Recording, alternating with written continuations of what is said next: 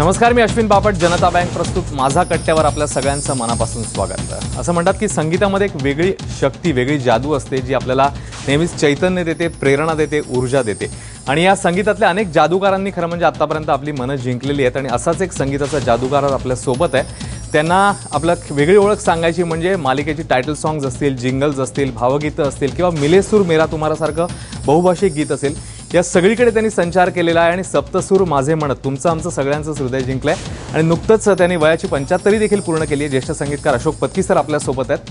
त्यांचं आपण स्वागत करूया. सर, खूप खूप स्वागत. आणि खरं म्हणजे खूप आमच्या मनात प्रश्न आहेत तुमच्यासाठी. आणि बाप्पांचा देखील उत्सव सध्या सुरू आहे आणि या महोत्सवी वातावरणात तुम्ही आज आमच्या सोबत आहात. तुमचं स्वागत. आणि अमृत महोत्सव तुम्ही आता वयाचा नुकताच 75 पूर्ण केले, त्याबद्दल देखील तुमचं अभिष्ट चिंतन.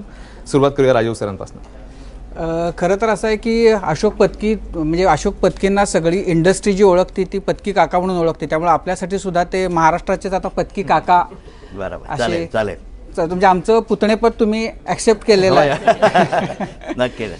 नाही पत्की का असं आहे की 75 वर्ष तुमची आयुष्याची झाली. इंडस्ट्रीमध्ये किती वर्ष झाली आता? 50 वर्ष. तर 50 वर्ष म्हणजे खूप मोठा एक टप्पा. इंडस्ट्रीमधलं खूप एक स्थित्यंतर तुम्ही बघितलं या 50 वर्षामध्ये. आता इंडस्ट्रीकडे बघताना तुमच्या भावना काय आहेत हे तरी आम्हाला जाणून घ्यायचंच आहे. पण तुमचं एकूण जे काम आहे म्हणजे जसं आता अश्विननं सांगितलं, जिंगल्स असतील किंवा मालिकांची टायटल सॉंग असतील, किती एकूण तुमच्या नावावर असतील? भरपूर आहे. म्हणजे मी एवढे मोजले नाही, तरी पण मला जे आठवतात ते साधारण 125 चित्रपट. अच्छा. त्याच्यानंतर 400च्या घरात नाटकं केली, नाटकाचं म्युझिक. त्याच्यानंतर 350च्या घरात म्हणजे TV सिरियल्स. आणि 5000 किंवा त्याच्याही पेक्षा जास्तीच, म्हणजे पण एक राऊंड फिगर म्हणून 5000 सांगतो मी. पण म्हणजे पहिलं काय होतं म्हणजे जिंगल्स सुरुवात कशाने झाली? सुरुवात माझी भावगीतामुळे झाली. एक तर वादक होतो मी, हार्मोनियम वाजवायला शिकलो होतो. कोणाकडे असं नाही. 1 महिना फक्त पंडित मनोहर चिमोट्यांकडे गेलो. आणि एका महिन्याने मी त्यांना फी देताना त्यांनी मला सांगितलं की अशोक आता उद्यापासून येऊ नको. मी घाबरलो, म्हणजे काय माझं चुकलं की काय म्हणून. तेवढे नाही, तसं काही नाही, तू माझ्याकडनं 1 वर्षाचं काढून घेतलंस, 1 महिना आलास पण, तर ही शाबासकी होती माझ्यासाठी. पण मी क्लास बदलतो आणि विरारला सुरू करतोय, तर तुला येणं झेपणार नाही, तर म्हणून हा तुझ्यासाठी शेवटचा दिवस आहे. आणि खरोखर मी शाळेमध्ये होतो तेव्हा वगैरे. काय वयाचे होतात? साधारण 10वी मध्ये होतो. आणि त्याच्यामुळे ट्रेन पकडा, तिकडे जा, परत 10वी 11वी जरा आपल्याकडे हे असतं. आणि तेव्हा SSC होती, आजच्यासारखं नाही. आणि ते सांभाळून मग वडील म्हणाले ते नको, आता तुला काय करायचं ते घरातल्या घरात. एकतर ह्याला प्रोत्साहन नव्हतं त्यावेळी की तू संगीता म्हणजे हा बिघडलेला मुलगा, असं सगळ्या नातेवाईकांनी ठरवून टाकलं होतं. हा काही करणार नाही पुढे आयुष्यात, नोकरी कर कुठेतरी, प्रॉव्हिडंट फंड येईल, पेन्शन मिळेल, हे सगळं जुने विचार सगळे ते सगळेजण येऊन कानामध्ये सांगत असायचे माझ्या. पण तरी माझा हट्ट म्हणा, एक आवड होती मला, पुढे जाऊन संगीतकार बनेन हेही माहिती नव्हतं. पण ते झालं देवाच्या कृपेने. पण पंडित चिमोटेंनी तुम्हाला काय शिकवलं म्हणजे आम्हाला ते त्यावेळेचं तुम्हाला काही तेव्हाच ते म्हणजे बोट कशी फिरावी म्हणजे पाण्यासारख्या, तर ते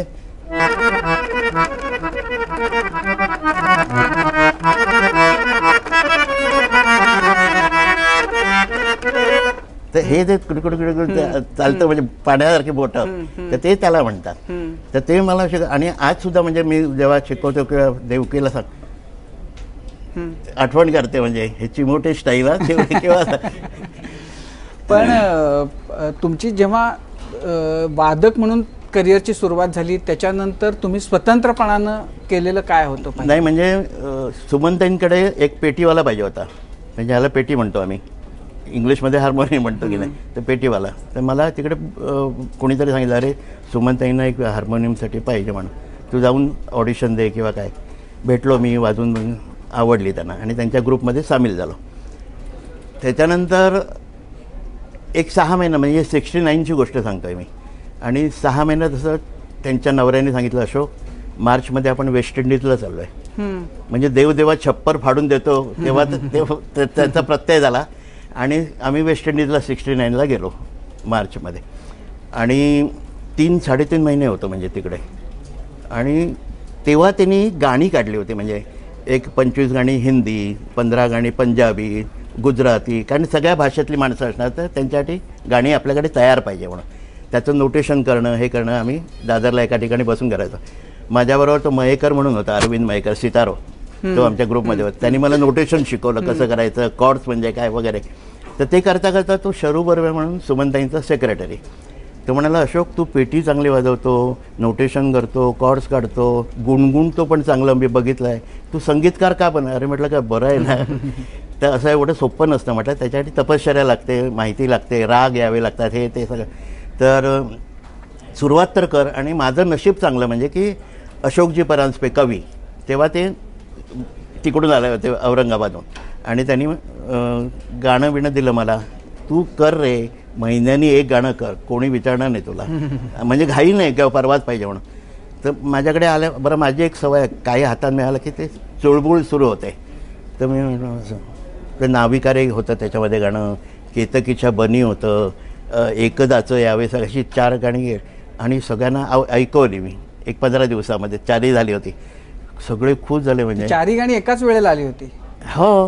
अच्छा. तर मी त्या 15 दिवसात कंपोज केली आणि त्यांना ऐकवली. तर मेलोडी ना, एक तर माझा जीव की प्राण, म्हणजे मेलोडी पाहिजे गाण्यात, नाही तर ते विसरायला होतं. एक 15 दिवस बरं वाटतं एक नवीन गाणं आलं म्हणून, म्हणजे रिदमिक असेल ना, रिदम ओरिएंटेड. तर मेलोडी, आता मदन मोहनची आपल्याला गाणी का आवडतात आजही, किंवा जुनी गाणी आपल्याला काय गुणगुणतो माणूस, शब्द आठवत नसतील एकडे, पण तर मेलोडी असते त्याच्यावर. तर मेलोडी पाहिजे तर ते गाणं, नाही तर जीव हरवल्यासारखं असतं गाण्याचा.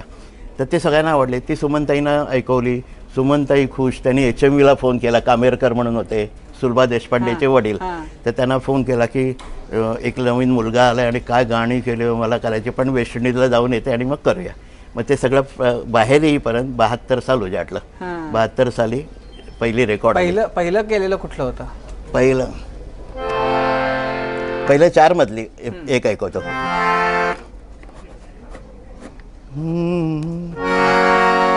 केतकीच्या बनी तिथे नाचला ग मोर, केतकीच्या बनी तिथे नाचला ग मोर, गहिवरला मेघनभी सोडला ग धीर, केतकीच्या बनी तिथे नाचला ग मोर. तुमची ना गाण्यांना झटपट चाल देण्याची आणि काही शब्द असले तरी ती इतकी ख्याती आहे. माझी तर अशी इच्छा झाली ना की आता एक वर्तमानपत्र घेऊन यावं, 4 बातम्या द्याव्यात आणि तुम्ही, माझी खात्री आहे जाईपर्यंत 4ही बातम्यांच्या 4 गाणी करून तुम्ही जाईपर्यंत उशीर होईल उलट त्याच्या आधीच होईल. सगळ्यांनाच खरं खूप तुमच्याशी गप्पा मारायच्या आहेत. काका, खरं तर झिंगल किंग म्हणून महाराष्ट्र तुम्हाला ओळखतो, परंतु संगीतकाराबरोबर गीतकार असं एक रूप तुमच्यामध्ये आहे. म्हणजे तुम्ही, मला आठवतं तुम्ही एक कविता सुद्धा केलेली, आणि तुमच्यातला कवीचा जन्म कधी झाला, आणि तू सप्तसूर माझे ही पहिली कविता मला वाटतं तुम्ही केलेली, तर तिचा जन्म कसा झाला? आणि त्याला जोडून मला असं विचारायचं की तुम्ही इतका छान तुमचा आवाज असताना तुम्ही खूप गाणी का नाही म्हटलीत? बरोबर, सांगतो मी. साधारण 80च्या काळापासून ही सुरुवात झाली की काम करण्याची पद्धत. अगोदर काय, गदी माडगुळकर, जगदीश खेबोडकर हे गाणं द्यायचे सिच्युएशनप्रमाणे, सबंध 3 अंतराचं गाणं. ते गाणं प्रोड्युसर म्युझिक डायरेक्टरकडे घेऊन यायचा. त्याच्यानंतर म्युझिक डायरेक्टर चाल लावायचा, गायिकेला किंवा गायकाला शिकवायचं, आणि मग रेकॉर्डिंग व्हायचं. ही प्रथा होती. 80-82च्या दरम्यानंतर काही नवीन विचाराचे दिग्दर्शक, निर्माते आले. पहिला ट्यून बनाते यार, कळलं की नाही, म्हणजे हिंदीमध्ये सुद्धा. आणि मग ट्यून पहिली, सिच्युएशन सांगायची आणि ट्यून. तुमच्याकडे शब्द नाही, काय नाही, आणि तुम्ही आता, माझ्याकडे एक प्रोड्युसर आला होता म्हणे, आणि त्यांनी सांगितलं की माझ्या हिरोईनला रात्री स्वप्न पडतं. म्हटलं बरोबर आहे, स्वप्न रात्रीच पडणार ना, तर काम करताना थोडंच पडणार. तर ते झालं. तर म्हणाले तिला त्याच्यामध्ये प्रियकर तिला दिसतो, आणि त्याच्यावर ते हितगुज आहे त्याचं. तर ते काय, बरं आता शब्द नाही, आता काय, मग आमची एक भाषा असते, डारे रारी तारा रे रे दा रा रा रा रा रा दिरी रा रा रा रा रा दिरी रा रा दा रा रा रे दा रा रा रा दा रा रा दा रे रा रे दा रा रे रे दा रा रा रा रा रा दिरी रा रा रा रा रा. आता म्हटलं यांना उद्या ऐकायला येणार आहे तर दा रा रा रा रा रा काय तर म्हटलं काहीतरी. मग ते एक वाईट सवय असे संगीतकाराला, डमी शब्द म्हणजे भावना तेवढ्यापर्यंत पोहोचल्या पाहिजे समोरच्यापर्यंत. काल राती स्वप्नामध्ये एक राजा आला मज मोहून गेला. तर म्हणजे समजलं काल माझ्या स्वप्नामध्ये एक माणूस झाला आणि माझा प्रियकर झाला तो वगैरे वगैरे झालं. आणि मग ते गाणं मुखडा माझाच राहिला आणि हे अंतरे शांताराम नांदगावकरने लिहिले. त्याच्यानंतर सुरेश वाडकरांचा एक अल्बम करवतो. 4 अल्बममध्ये 8 गाणी असतात, तर 4 गाणी झाली होती. आणि सुरेश म्हणाला की अशोक मी आता उद्या अमेरिकेला चाललो आहे, 15-20 दिवस नाही आहे मुंबईत, तू पुढची 4 गाणी तयार ठेव आणि आपण आल्यावर करूया. 15-20 दिवसांनी फोन आला की मी आलो आहे मुंबईमध्ये. काय बरं, मी नाटक, सिनेमा, सिरियल हे ते सगळं त्याच्यामध्ये बिझी असल्यामुळे मी विसरून खरं गेलो होतो. तर मी उगीच त्याला सांगितलं, फोनवर होतो ना, अरे एक गाणं तयार आहे, तुला संध्याकाळी ऐकवतो. म्हणजे मला खात्री आहे ना मी करू शकतो, म्हणजे 10-15 मिनटात गाणं. माझी पेटी अशी बाजूला असं सूर अरे म्हटलं चांगले सूर आलेले आहे. तर म्हटलं काय दा रा री रा री रा रा असं डा डा सूर. म्हटलं सुरेशला डा नको, काहीतरी शब्द. तू सप्तसूर माझे, तू श्वास अंतरीचा, गाण्यास लाभला तव स्पर्श अमृताचा, तू सप्तसूर माझे. सुरेश एवढा वेळाला की अशोक चाल तर ठीक आहे म्हणाले, शब्द त्याच्यापेक्षा भारी आहेत.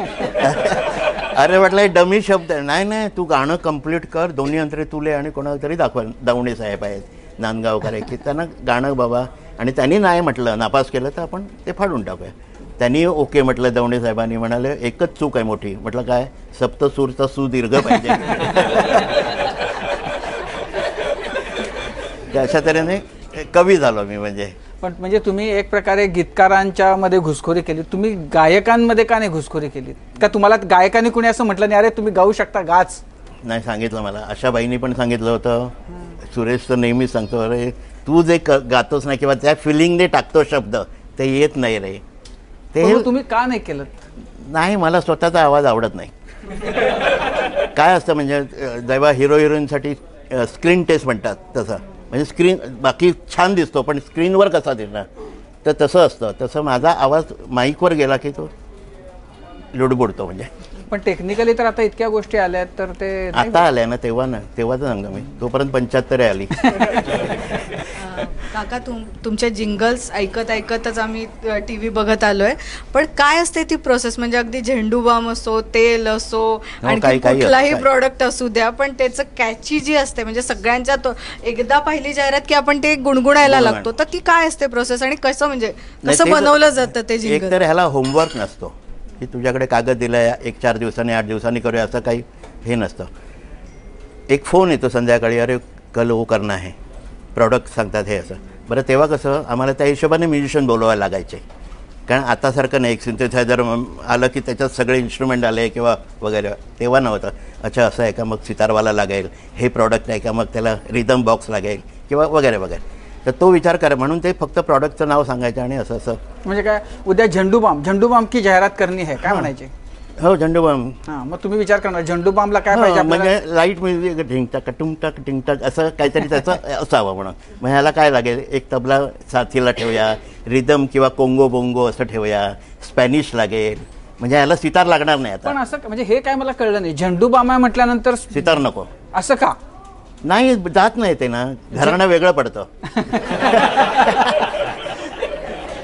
आता नाही, नॉनव्हेज चाललंय आणि पुरणपोळी कोणी विचारली किंवा श्रीखंड, तर कसं ते वेगळं वाटतं. पण मग म्हणजे सतार कशा बरोबर जाती? कुंकू आहे समजा, स्नो आहे, पावडर आहे तुमची, हां साबणाबरोबर जाऊ शकते. म्हणजे सॉफ्ट प्रॉडक्ट जे असतात कळलं की नाही, किंवा तेल आहे तुमचं, कोकोनट बिकोनट ऑइल बिल दाखवतात, ते लांब केस झाले वगैरे, तर तेव्हा ते सतारचं तरफ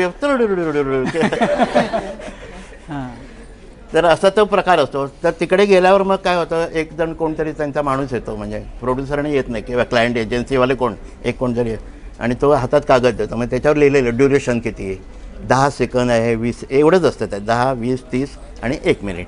तर 10 सेकंद, बरं 10 सेकंदमध्ये आता 5 ओळी कशा बसणार. मग आमचं डोकं सुरू, मग एका हातात स्टॉप वॉच, एका हातात हे, हा टेम्पो धरला तर काय, हे करलं तर काय, किंवा हे बरं गाण्याचा टेम्पो दादरामध्ये, मग दादा असं त्यांचं बडबडत जायचं सुरुवातीला. मग त्याचे सूर पेटीवर हे करायचे. एकदा आपल्याला टेम्पो मिळाला की, आणि तोपर्यंत सिंगर येतो 1 तासा 1.5 तासांनी, कारण तेव्हा लाईव्ह असायचं ना, म्हणजे एकत्र करावं लागायचं. आतासारखं नाही की ट्रॅक रेडी आहे मग तुम्ही डब करा, असं नाही. तेव्हा ते की ती आली की तिला शिकवलं आणि टेक. तुमच्या गाजलेल्या सांगा ना, कारण मला खात्री आहे म्हणजे सगळ्यांना माहिती असलेल्या खूप साऱ्या जिंगल्स. माझी पहिली जिंगल अगोदर ऐकवतो तुम्हाला, ती 25 वर्ष चालली होती, सकाळी 8 वाजता बरोबर. आणि लोक ते वाजले की घड्याळ बघायचे नाही, ती वाजली म्हणजे 8 वाजले. मला 8:35ची गाडी पकडायची आहे, 8:20 इकडे, असं ते त्याच्यावरनं ठरायचं. तर ते पहिले जिंगल आहे, ये ढेर से कपडे मैं कैसे धोऊं, अच्छा साबुन कौन सा लाऊं, कपड़ों को जो उजला बना दे, रंग जमा दे, चमकला दे, कोई बता दे मुझे तो कोई बता दे, धन तक का डबल बी सो. म्हणजे 30 सेकंदाची जाहिरात असेल किंवा 20 सेकंदाची, तर 17 सेकंद तुम्हाला, आणि हे बाकीचं धनतक का बी डबल बी सोपे त्याच्यासाठी 3-4 सेकंद ठेवावे लागायचे.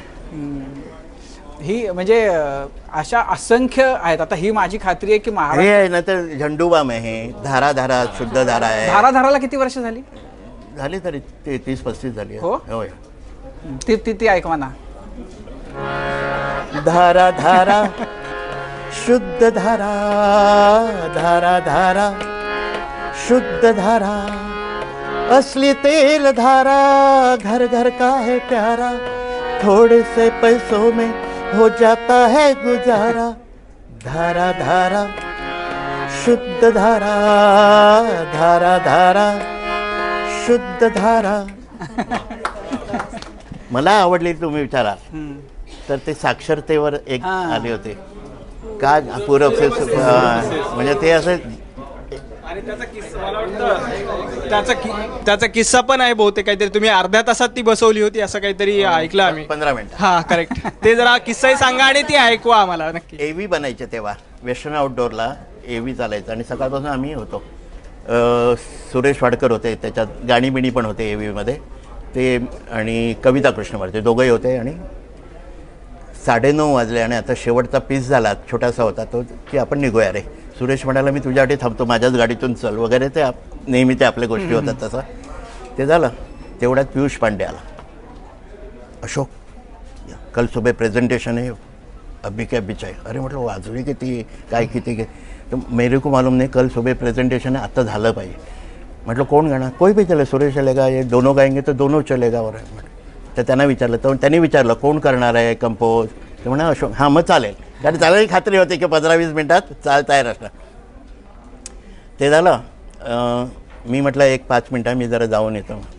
वॉशरूमला गेलो, कॉफी घेतली एक, आणि जाताना ते वाचून गेलो होतं मोकळं. बरं हे 3 अंतऱ्याचं गाणं होतं, सबन मोठं गाणं होतं, आणि ते त्याला चाल लावायची म्हणजे सगळं होतं. म्हटलं मला पटकन काय आठवलं असेल, म्हणजे कटार काळजातमधलं ते पंडितजी गातात बघा, ते जो मी दिलो हा हा, कारण तेव्हा मी अभिषेकींबरोबर काम करायचं वगैरे, ते सगळं मला पटकन आठवलं. म्हणजे त्यातलं काय घेतलं नाही, पण तो एक बाज घेतला मी, रंग घेतला.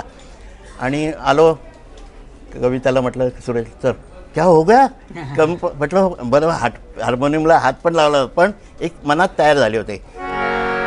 पूरब से सूर्य उगा फैला उजियारा, जागी हर दिशा दिशा, जागा जग सारा, पूरब से सूर्य उगा फैला उजियारा.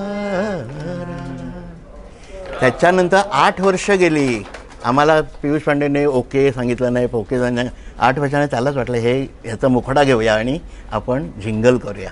मग ते जिंगल झालं.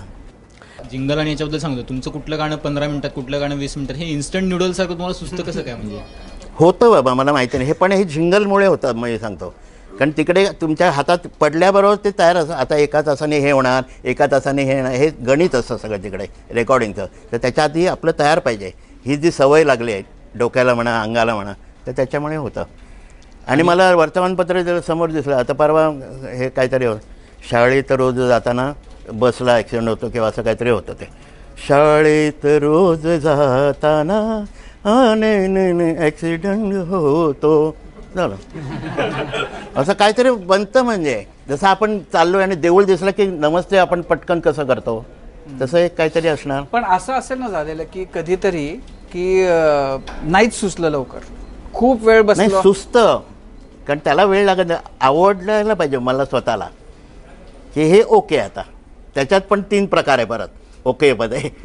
रात्री झोपताना मी चालला होतो, हां अरे क्या बात, मी स्वतःलाच कौतुक करतो माझं. मध्यरात्री आपण उठतो तेव्हा मजा नाही आली, स्वतःचं मन खात राहतं कुठेतरी, नाही आणखीन होऊ शकते याच्यापेक्षा चांगली असं स्वतःलाच वाटतं. 3:30-4ला मी अजून आजसुद्धा बाहेर येऊन बसतो पेटी काढून हॉलमध्ये आणि दुसरी चाल लावतो. सकाळी उठल्यावर दोन्ही ऐकतो, नाही रे ही कसली, अजून होऊ शकतं, 10 वाजता रेकॉर्डिंग आहे, वेळ आहे परत. तर हे तुम्हाला आवड पाहिजे, नाही तर एक पाठी टाकणं म्हणतो ना आपण की झालं आता माझं काम संपलं, असं असता कामा नये. तर ते मला उपयोगी पडतं त्याच्यामुळे. पण असंही झालं असेल ना की म्हणजे एखादी चाल सुचली, रात्रीच सुचली, फार उत्तम चाल सुचली आणि सकाळी विसरूनच गेलो. नाही हल्ली नोटेशन हल्ली मोबाईल तर इतकं झालं आहे करून ठेवलं झालं. मोडक्या भाषेत काय असेल तर काय असेल. मग आता तुम्ही आधेमध्ये म्हणजे फावला वेळ मिळाला की न्यू करत असता. हो हो हो हो.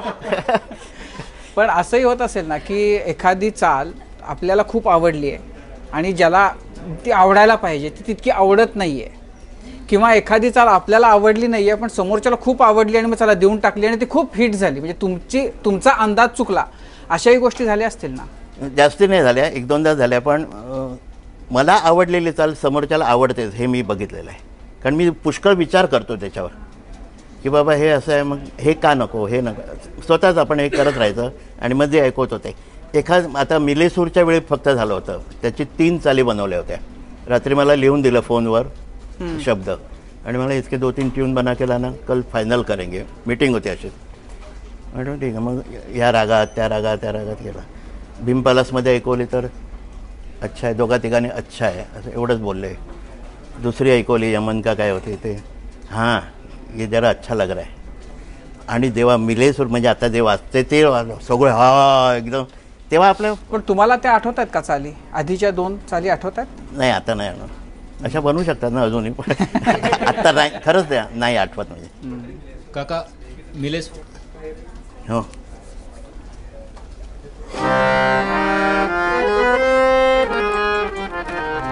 सुर की नदिया हर दिशा से, सुर की नदिया हर दिशा से बहते सागर में मिले, बादलों का रूप लेके बरसे हल्के हल्के हो मिले सुर मेरा तुम्हारा, मिले सुर मेरा तुम्हारा, तो सुर बने हमारा.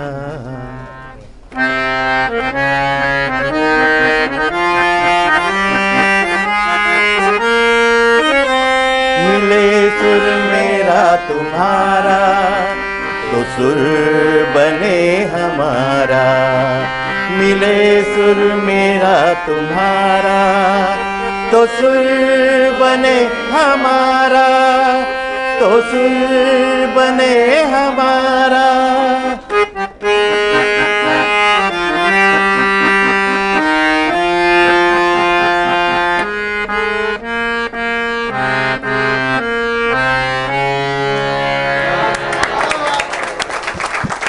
हे जे केलं आहे डेकोरेशन म्हणजे ऑर्केस्ट्रेशन ते लुई बँक्स आहे.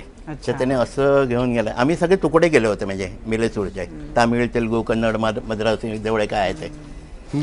मिलेसूर मेरा तुम्हारा हे गाणं भारतातल्या सर्व प्रादेशिक भाषांना सामावून घेतं. त्यामुळं मला वाटतं तुम्ही हे एकमेव संगीतकार असाल की सगळ्या भाषांना तुम्ही संगीत दिलेलं आहे एका गाण्यातून. होय. मग त्याच्या आधी आम्ही जिंगल करायचो ना, ते लँग्वेजेस असायचे त्याच्यामध्ये. पण मग त्या लँग्वेजची कधी अडचण नाही आली? सुपरवायझर येतात ना, मग आपण मराठीत लिहून घ्यायचं. ते यन्न वडले तंड टडले, यन्न वडले तंड तुडले पुंड पुंड. मिलेसूर मेरा जसं स्टार मल्टी स्टार आपण ज्याला म्हणू, तसं हे पहिलं मल्टी स्टार गाणं होतं की जे सगळे दिग्गज एकत्र याच्यात आले होते. पण मग या प्रत्येकांना जे शब्द दिले ते इझिली या एवढ्या मोठ्या लोकांनी ऍक्सेप्ट केलं का? काही त्याच्यात मोठे कोण होते? भीमसेन जोशी होते, लताबाई होत्या. तर त्यांच्यासाठी त्यांची भाषा ओळखीचीच होती. मिलेसूर मेरा तुम्हारा, होय की नाही. मद्रासीमध्ये ते बालमुरली कृष्ण. हां, तर त्यांनी झालं. एकच अर्थ होता तो मिलेसूर मेरा तुम्हारा, तो सूर बने. हे प्रत्येक लँग्वेजमध्ये तीच भाषा आहे, फक्त ते आपल्याला कळत नाही म्हणून ते वेगळी वाटते. सुंदर म्हणजे सुंदर दे बडे डडे तो डे डडे डडे डे डडे डडे. फक्त त्याचा लहेजा घेतला. म्हणजे तिकडे काय होतं बरं, मद्रासी जेव्हा आम्ही करत होतो साऊथ इंडियन लँग्वेजेस, तर आपल्याला काय एक मृदंग वाजवलं टाकटिंबे ताकटिंबे आणि मुरसिंग येतं माहिती ना तोंडाने, किंयाव विंयाव विंयाव. तर ते झालं की मद्रासी. नाही म्हणाले ते साऊथवाले जे यायचे, तामिळवाला म्हणाले ये मेरा हमारे पास ये बसता नाही आहे, हमारे पास घटम बसता आहे, किंवा आमच्याकडे हे तेव्हा शिकायला मिळाले इतक्या वर्षाने आम्हाला. आणि त्याच्यामुळे तो खरा कलर आला म्हणजे त्या लँग्वेजचा. पण मला एक काय जाणवतं की म्हणजे जिंगल्सची जी इंडस्ट्री आहे ना, त्याचं अनभिषिक्त सम्राटपद तुम्ही दीर्घकाळ भूषवलं. म्हणजे तुमच्या इतक्या जिंगल्स भारतात कुणी केल्या नसतील आजही. पण मराठी माणसाला की ह्या आपण ऐकतो ह्या जिंगल्स तुमच्या आहेत किंवा तुमचं त्यातलं जे स्थान आहे तर ते कळलं नाही. त्याचं मला असं वाटतं एक कारण तुम्ही स्वतः तुम्ही कायम प्रसिद्धीपासून थोडे संकोचीपणानं किंवा म्हणजे कमी पडलात म्हणूया किंवा मागं राहिलात. म्हणजे काय हा स्वभाव दोष म्हणायचा नाही, मुद्दाहून नाही झाला की एक तर बिझी होतो मी एवढा, जवळजवळ 25-30 वर्ष मागची एवढा बिझी होतो. म्हणजे सकाळी 8ला माझं रेकॉर्डिंग सुरू व्हायचं रेडिओ वाणीला वरळीला. तिथे 2 जिंगल करायचो 8 ते 10 मध्ये, रोज 2 जिंगल रोज सकाळी 8 ते 10 मध्ये. 10 वाजता वेस्टर्न आउटडोअरला जायचं फाउंटनला. तिकडे दिवसभरात एव्ही म्हणा किंवा 4-5 जिंगल तिकडे. ते झालं की 6 वाजता पॅकअप. 6 वाजता परत रेडिओ वाणीला यायचं किंवा रेडिओ जेम्स म्हणून होता तिकडे परत 2-3 जिंगल. रात्री 9 वाजता फिल्म सेंटरला. कारण काय तोपर्यंत कल्याणजी आनंदजी किंवा RD बर्मनचा टेक संपायचा म्हणजे रेकॉर्डिंग. आणि त्याच्यानंतर मग ते मार्कवाले हे यायचे ॲड सगळ्या. आता ते कॉम्प्युटरवर करतात पण तेव्हा ॲड म्हणजे हे झालं की चेंज ओव्हर. तर ते फिल्म सेंटर बॉम्बे लॅबमध्ये व्हायचं. मग तिथे 9च्या नंतर रात्री 12-1ला संपायचं, रात्री 2ला मी घरी जायचो. अशी 25 वर्ष जवळजवळ. बापरे, केवढे प्रचंड पैसे कमवले असतील तुम्ही. तेव्हा पैसेही नव्हते एवढे, काम भरपूर होतं. पण त्याच्यातून मला पुष्कळ शिकायला मिळालं. मला भास्कर चंदावरकरांनी असं किती कमवले रे हाच प्रश्न विचारला होता. पण मजा आली. म्हणजे एक तर सगळ्यांबरोबर काम करत आलं. म्हणजे वनराज भाटिया बरोबर किंवा नाथनजी होते आमचे, सुरेशजी होते. म्हणजे पिलर्स म्हणतो आम्ही त्यांना म्हणजे जिंगलचे. त्यांच्याकडे बरोबर राहून आणि त्यांना मदत करता हे सगळं झालं. पण म्हणजे क्रिएटिव्हिटी म्हणजे रोज उपसाच आहे तो. किती रोज इतके करायच्या आणि वेगळंच वाटलं पाहिजे परत. ते असतं ना त्याच्यासारखं हे वाटतं का म्हणजे ह्याच्यासारखं ते वाटतं असं. ते चॅलेंजिंग असायचं प्रत्येक गोष्ट. पण म्हणजे तुम्हाला वेळ मिळाला नाही म्हणून तुम्ही आला नाही का आणखीन काही वेगळी कारणं होती? म्हणजे काही वेळेला कारण तुमची इंडस्ट्री जी आहे ती अशी आहे की तिथं म्हणजे जाणीवपूर्वक दाबून ठेवणं, उपेक्षा करणं प्रसिद्धीच्या बाबतीमध्ये, अशाही गोष्टी घडतात. तर असं काही घडलं होतं, असं काही झालं? नाही, असं घडलं नाही. पण मी म्हटलं आता मी एवढं काम करतो, आता मिले सोडून मला माझं हे लोकांना आता माहिती आहे, मग लोकांनी यावं ना माझ्याकडे की मला काहीतरी छान काम करायचं आहे म्हणून. नाही येत आहे. हिंदीवाली पिक्चरवाले पण येत नाही किंवा कोण नाही, मराठीवाले यायचे, त्यांचं मी काम करायचं. मी जाऊन हांजी हांजी एक स्वभावतच नाही म्हणजे. पण तसं करावं लागतं, त्याशिवाय काम नाही मिळत. नाही, मोठ्या नाही का, एस्टॅब्लिश होईपर्यंत लागतं. म्हणजे आता मी फोड करत नाही, पण अगदी लोटांगण घातलेलं बघितलेलं आहे मी. तुम्ही आता 50 वर्ष काम करता, तुमच्या पहिल्या जिंगलपासून, पहिल्या गाण्यापासून, आणि आता सैराटची आलेली गाणी असतील, तर तुम्हाला या सगळ्यातलं स्थित्यंतर काय जाणवतं? काय बदललेलं आहे लोकांच्या टेस्टमध्ये आणि संगीतामध्ये आणि तंत्रामध्ये? एक तर मेलोडी हरवली आहे गाण्यातली. मेलोडी हरवली आहे कम्प्लीट. काही जण अजूनही एखाद दुसरं गाणं देतात, पण काय होतं, एक नक्कल करण्याची सवय झाली लोकांना. म्हणजे ह्यांचं गाणं हिट झालं, एखादं पिक्चर हिट झालं किंवा काय, की त्यांनी काय केलं आहे, अच्छा 10 ढोल वाजवले का, चला मग यांनी 10 ढोल वाजवले, त्यांनी काय वाजवलं आहे हे असं. अच्छा, तर ते न करता स्वतःची आयडेंटिटी पाहिजे की माझी कलाकृती. त्यावेळचे संगीतकार बघा, शंकरी किशन वेगळे होते, ओ.पी. नायर वेगळे होते, नौशादजी वेगळे होते, होय की नाही, आर डी बर्मन वेगळा होता. असं नाही की आर डीचं पण गाणं सेम. म्हणजे आपण गाणं ऐकलं की कळायचं की याचं म्युझिक, हां, याचं कोण आहे, संगीतकार कोण आहे. गायकसुद्धा तसे होते. मुकेश वेगळा होता, रफी वेगळा होता, हेमंत कुमार वेगळे होता. आता कोणी येतं, हा नाही मिळत त्याला विचार, तो नाही मिळत. गायकही तसे झाले, संगीतकारही तसे झाले, स्वतःचं आयडेंटिटी काही नाही. पण आता तुम्हाला पण ओळखायला येत असेल ना की 10 ढोल वाजवणारा कोण आहे, 100 ढोल वाजवणारा कोण आहे? नाही, मग तेच सांगतो ना मी, काही नाही. हे आम्ही विचारतो कोण गायलं रे किंवा कोणाचं म्युझिक होतं रे, असं. तर स्वतःचं काहीतरी ओळख पाहिजे. आज मला म्हणजे लोकांनाही कळलं आहे, मला फोन येतं, अशोक हे तुझं गाणं असणार बहुतेक. तर एवढी लोकांना सवय झाली पाहिजे. 25 वर्ष एकाच एनर्जीनं, एकाच कुतूहलानं जिंगल्स करत राहणं. इतक्या वर्षानंतर ते जिंगल्सचे बादशाह तुम्हाला म्हटलं जातं. पण त्याबरोबर सगळ्यात महत्त्वाचं अजून तुमचं योगदान सगळ्यांना वाटतं ते म्हणजे अदरवाईज सिरियलच्या टायटल सॉंगना व्यक्तिमत्व बाकी कोणी मिळवून दिलं नसतं, तुमच्यामुळं ते झालं. आणि जी टायटल सॉंग तुम्ही केलं ते बाकी सिनेमातल्या गाण्यासारखी किंवा नाटकातल्या पदांसारखी लोक घरात गुणगुणायला लागायचं. तर हे कुठून सुरू झालं अचानक? अचानक नाही, राजसाहेबांचा त्याच्या आधी मी केलं होतं. जेव्हा टी व्ही सुरू झाला इंडियामध्ये 72 साली सुरू झाला, तर ते 5-6 महिने 8 महिने काही नव्हतं. मग सई परांजपेचा मला फोन आला, अशोक मी एक सिरियल करते. म्हणजे म्हटलं काय, ते असं एक असं. आणि 13 भाग असायचे. 13 भाग अगदी चांगले असेल तर 26 भाग, आणि अति छान तर 52 भाग संपलं. आणि ते सुद्धा सोमवार ते सोमवार असं चालायचं. आता काय परत हां, तर 3-4 तिच्यावर केलं म्हणजे सई परांजपे. पण त्याला पहिली सिरियल कुठली होती? अडोस पडोस. तुम्ही केलेली पहिली सिरियल अडोस पडोस? म्हणजे सई परांजपेची सांगतो. अडोस पडोस, छोटे बडे असे 2-3 तिच्या केल्या. आणि मग राजदत्त साहेबांचा फोन आला मला 1-2-3 महिन्यांनी, अशोक उद्या सकाळी घरी येतोय मी गाणं घेऊन, मी एक सिरियल मला गाणं म्हटल्यावर बरं वाटलं, म्हणजे काहीतरी करायला मिळणार. आणि मग त्यांनी ते गाणं आणून दिलं, गोट्या सिरियलची. आणि ते गाणं एवढं गाजलं तेव्हा, बीज अंकुरे अंकुरे. थोडं ऐकू. बीज अंकुरे अंकुरे ओल्या मातीच्या कुशीत, कसे रुजावे बियाणे माळरानी खडकात. बीज अंकुरे अंकुरे ओल्या मातीच्या कुशीत, कसे रुजावे बियाणे माळरानी खडकात. कसे रुजावे बियाणे माळरानी खडकात. आणि तिथून सुरुवात झाली. मग ती पुढे किती झाली, म्हणजे किती सिरियल्सचे टायटल सॉंग झाले? जवळजवळ 350-350च्या वरती.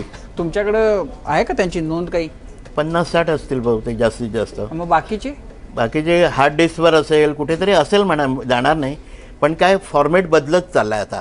अगोदर ह्याच्यावर करायचे, ए डॅट म्हणून असायचं, हे करायचे ते. आता ते बंद झालं, त्याच्यावर ते पण ए डॅट पण गेलं. मग दुसरं काय आलं त्याच्यावर, आता हार्ड डिस्कवर. आता हार्ड डिस्क पण नको म्हणे, पेन ड्राईव्ह घेऊन ये त्याच्यावर. अरे का मग तुम्ही इतकं जे काम केले त्याची एकत्रित नोंद कुठंच नोंद नाही. कुठंच मी किती पिक्चर केले याची नोंद सरकारकडे पण नाही आहे, महाराष्ट्र मंडळाकडे. चित्रपट महामंडळाकडे गेलो होतो मी जेव्हा माझं हे आत्मचरित्र झालं तेव्हा. मी किती पिक्चर केली तर मला नाही आहे म्हणते. म्हणजे नाही ठेवत नाही. आता कसं इतकं सोपं झालं आहे, फोटोग्राफी म्हणा, हे म्हणा ते म्हणा, तुम्ही पटकन सेल्फी काढूया रे, हे करूया ते, दुसऱ्या मिनिटाला फेसबुकवर मिळतात. तुम्ही म्हणालात की घरातले म्हणायचे की संगीतामधलं काहीतरी करतोय म्हणजे मुलगा बिघडलाय. हो, तुम्ही हे सगळं करत होतात तर घरच्यांनी तुम्हाला कधी ऍक्सेप्ट केलं? तुम्ही कमवायला लागलेत तेव्हा की त्याच्या आधी? नाही, त्याच्या आधी मी माझा थोडा हट्टीपणा होता. मला म्हणजे खरं सांगतो मी, मला दसरा आला, गणपती आला की सामंत ब्रदर्स म्हणून दादरला आहेत, दादर स्टेशनच्या समोर, तिकडून जाऊन चक्का घेऊन ये किंवा सेकंड घेऊन ये म्हणून पैसे द्यायचे. पण मला आवड काय, नवीन पिक्चर लागला राज कपूरचा, मॅटनी आहे तिकडे 11चा, कुठे कोहिनूरला किंवा प्लाझाला, मी तो जाऊन बघायचो. ते पैसे त्याच्यातले अर्धे संपवायचो जे पैसे दिलेले असायचे, आणि मग घरी जायचो, काहीतरी अर्ध, काय रे 3 वाजता आला तू आता, आणि मग श्रीखंडाच्या वजे बोलणी खायचो मी.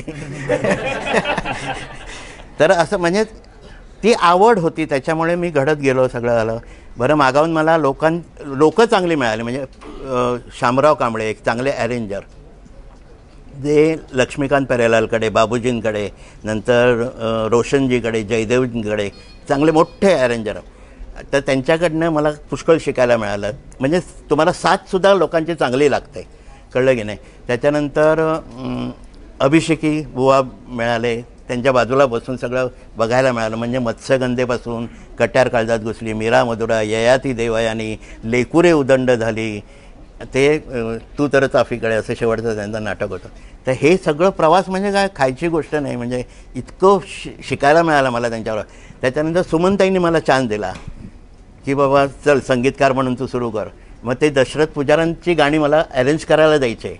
हे गाणं तुम्ही रिमझिम झरती श्राव, तर ते म्हणाले अशोक हे अरेंजमेंट तुम्ही बघा. तर ते अरेंजमेंट मी केले तेव्हा. हे नसायचं की हा वेगळा आहे.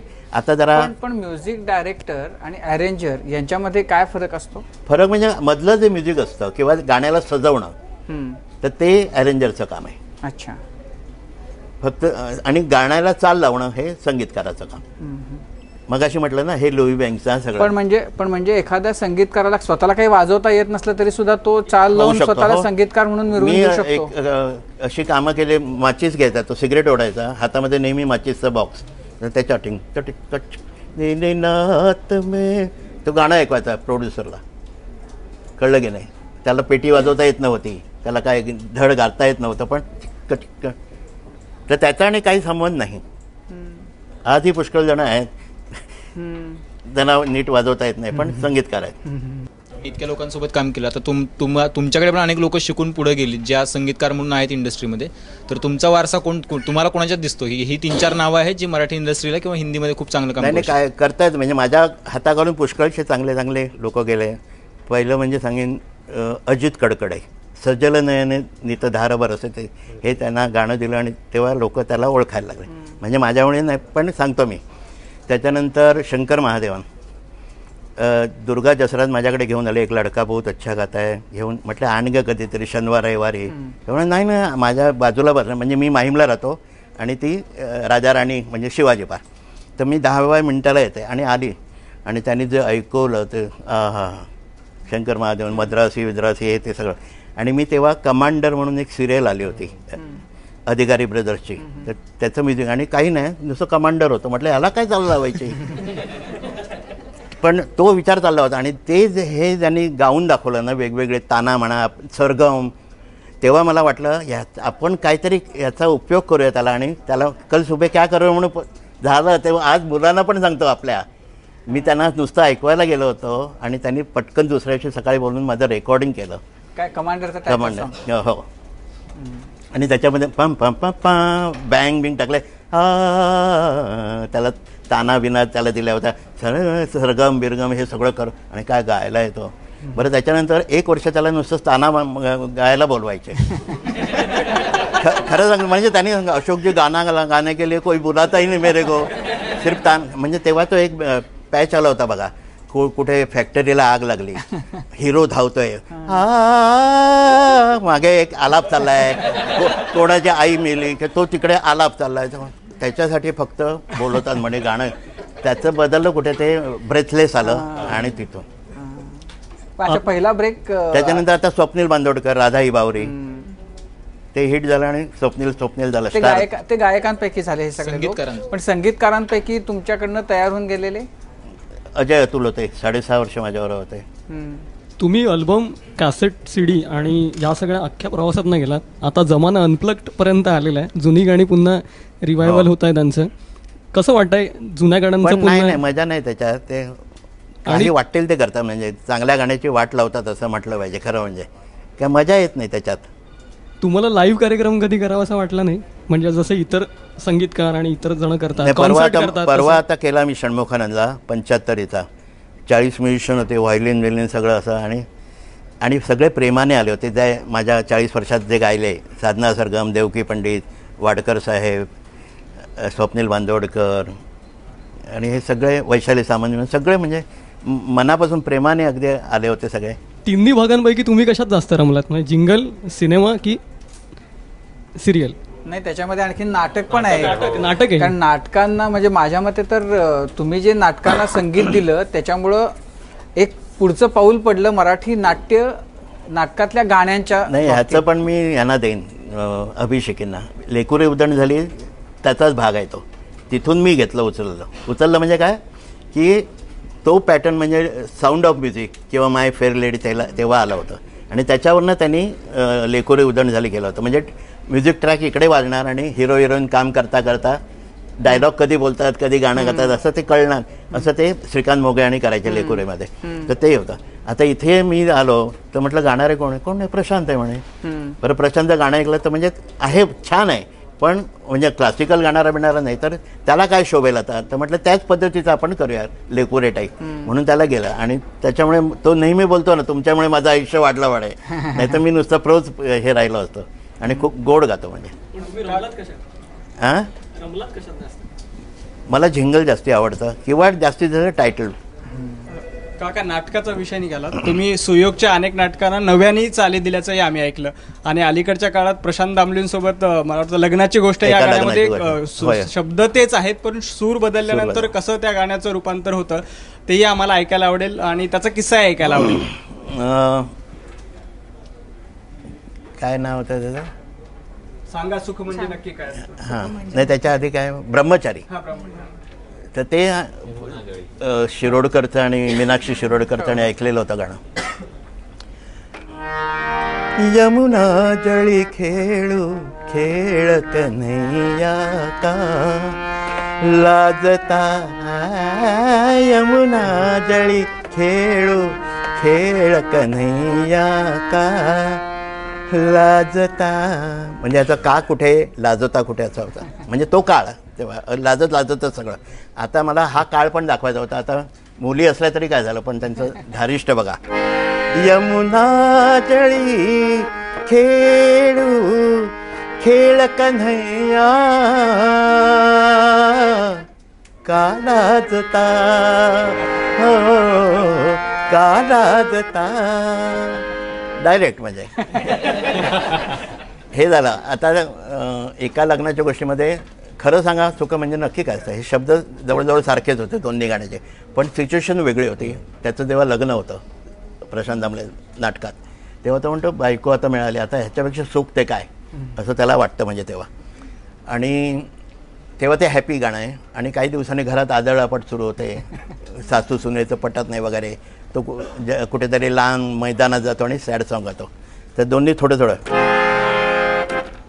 मला सांगा सुख म्हणजे नक्की काय असतं, मला सांगा सुख म्हणजे नक्की काय असतं.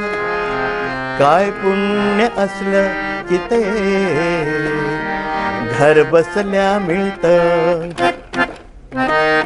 मला सांगा सुख म्हणजे नक्की काय असतं.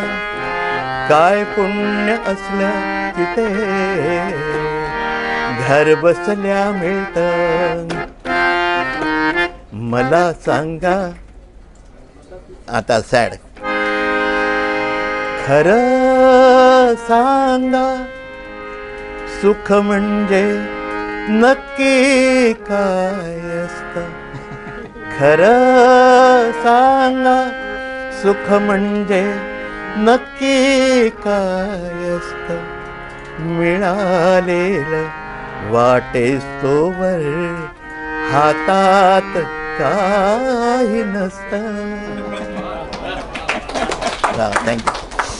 तेवढंच ते मोरूची मावशी.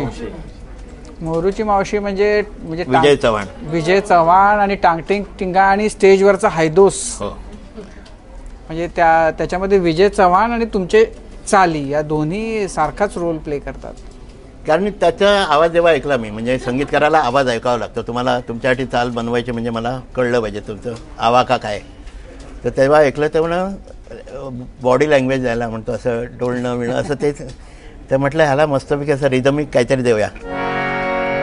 टांग टिंग टिंगा टांग टिंग टिंगा टांग टिंग टिंगा कटुंग. टांग टिंग टिंगा टांग टिंग टिंगा टांग टिंग टिंगा कटुंग. मारुतीच्या बेंबीत शिरला बाई भुंगा. टांग टिंग टिंगा टांग टिंग टिंगा टांग टिंग टिंगा कटुंग. आणि त्या ऊला तो असं पाय बी जे काय करायचं तर ते इतकं ते बरं वाटायचं. म्हणजे मला मध्ये कळलं त्यांना शोधून काढली. होय होय. तर एक पहिल्या 4-5 प्रयोगाला आम्ही जातो म्हणजे संगीतकार म्हणून, काय चूक आहे किंवा सांगण्यासाठी. मग बंद झालं. मला लोक भेटायला, काय विजय चव्हाण वन्समोर घेतो या गाण्याला.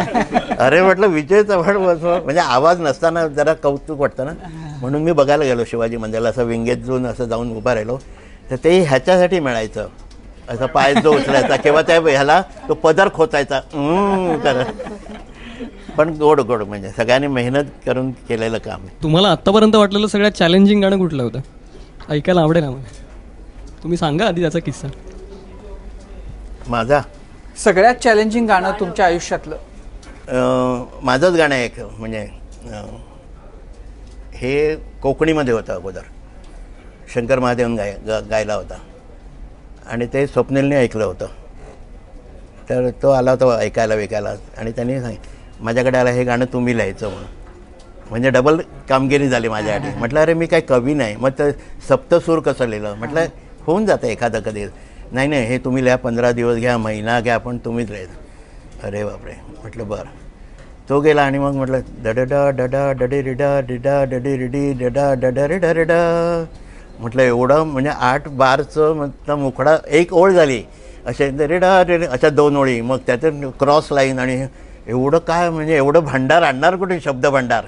तर म्हटलं नाही म्हणून. तो परत म्हणून नाही तुम्हीच लिहा तुम्हीच लिहा झालं. बरं मी हैराण म्हणजे जो त्रास म्हणून मनस्ताप म्हणा किंवा असं जेवण पण त्या रात्री जेवलो नाही मी. गॅलरीत जाऊन उभा, बायको म्हणते काय हो काय झालं. म्हटलं नाही होत नाही काहीतरी. बरं मला काय काय म्हणजे मला कसे शब्द पाहिजे चालीप्रमाणे डडा डडा डडे रेडी डडा एकात एक पाय घातल्यासारख्याचा. तर मला ते काय आठवलं गण गण गणात बोते बिते काय. हो म्हणजे तसेच हो. तर म्हटलं नाही नाही काहीतरी वेड्यासारखं चाललं पाहिजे, ट्रॅक वेगळा आहे माझा म्हटलं. मग एकदम काय ते रंगात रंग तो श्याम रंग पाहण्या नजर भीर भीर. अरे म्हटलं वा क्या बात आहे, एक लाईन झाली तयार. तर तसं ते करून मग आता काय केलं मी भिरते म्हटल्यावर आता सगळे बावरते लाजते मुरडते सगळं एका बाजूला लिहिलं. आता कशामुळे काय होतं ते असं उर्दूमध्ये कसं लिहितात तसं करा. ते गाणं सकाळपर्यंत झालं बाबत रेडी. 11 वाजता स्वप्नीलला फोन केला. म्हटलं अरे गाणं तयार आहे. काय म्हणता. म्हटलं फक्त मला ती हुक लाईन द्यायला म्हणतो. त्या सप्तसुरांच्या लाटेवरून साध ऐकुनी होई डा डा डा हे आठवे ना. म्हटलं ते असं सणसणीत काहीतरी आलं पाहिजे. आणि म्हटलं आता एवढं सगळं झाल्यावर राधेला काय वाटलं, बिचारी बावरली असणार असं ते एक विचार आला.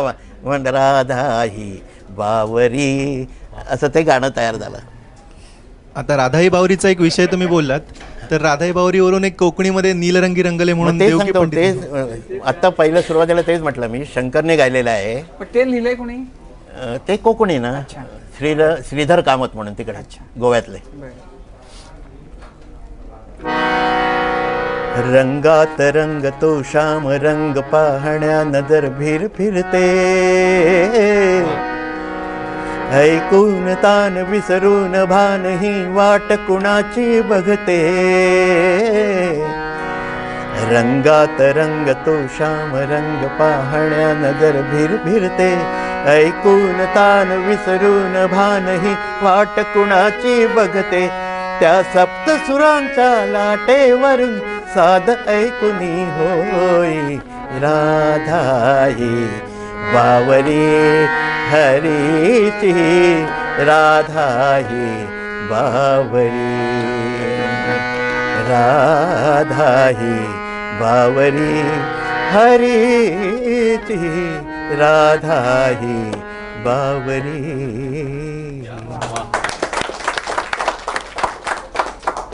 2006 साली अंतर्नाद नावाचा कोकणी सिनेमा तुम्ही केला होतात. तर असाच मराठी सोडून अन्य कुठल्या भाषामध्ये, मिले सूर मेरा तुम्हाला तर आहेच, पण त्याच्या व्यतिरिक्त तुम्ही बाकी कुठल्या भाषांमध्ये जास्त? कोकणीमध्ये भरपूर पिक्चर केले मी, सिनेमे केले. तुम्हाला विचार करताना तुम्ही मराठीत करता का कोकणीत करता? नाही, मी तसा गोव्याचा असल्यामुळे म्हणूनच विचारलं. तुम्हाला स्वप्न कुठल्या भाषेत पडतं?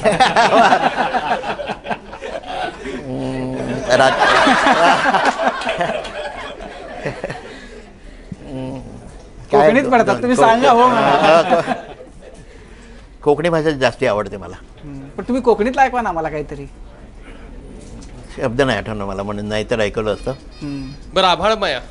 अरे बापरे.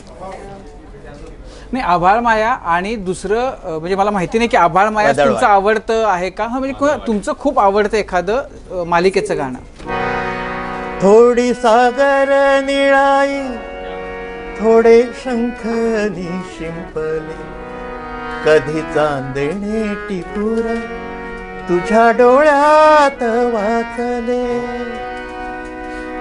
कार रारी रारी रारा गाळे भास गच्च दाट, कधी धुसर धुसर एक वादळाची वाट.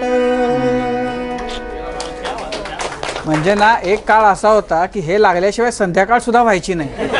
हा, क्या बात. वा, मला शिवाजी पार्कला फेरी मारताना कट्ट्यावरनं बायका बिका मला जरा घाबरायचो. म्हणजे एकदम काय झालं मला बघतात, अहो तुम्ही आमच्यावर इतके उपकार केले. म्हटलं काय झालं, संध्याकाळी जे सिरियल लागते ना तेवढ्यात आम्ही मुलांना भरवून घेतो म्हणे. त्यांना काही कळत नाही, पण टी व्हीकडे खरोखर म्हणजे मी पण बघितलं आहे असे टी व्हीकडे बघत राहायचे. म्हणजे सूर लागले की म्हणजे त्यांना सुद्धा मेलोडी पाहिजे बघा, लहान मुलांना पण.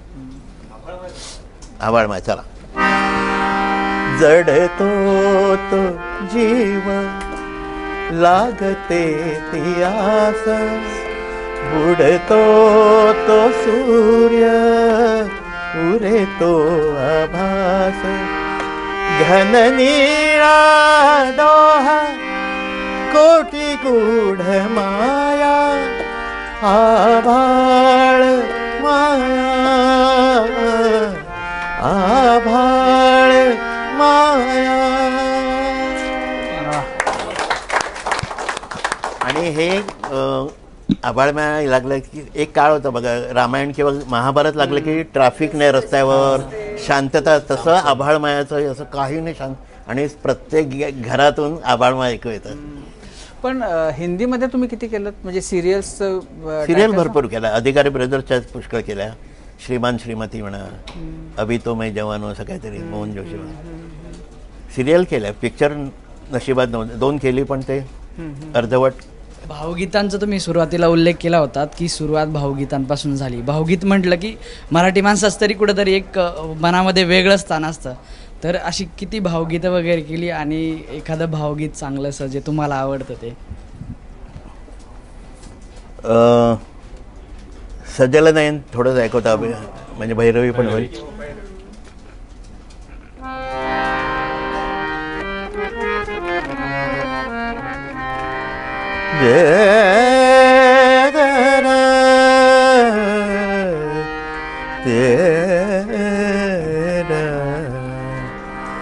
सजल नयन नित धार बरसती, सजल नयन नितधार बरसते भावगंध या जळी मिसळते भावगंध या जळी मिसळते सजल नयन नितधार बरसते सजल नयन नितधार बरसते.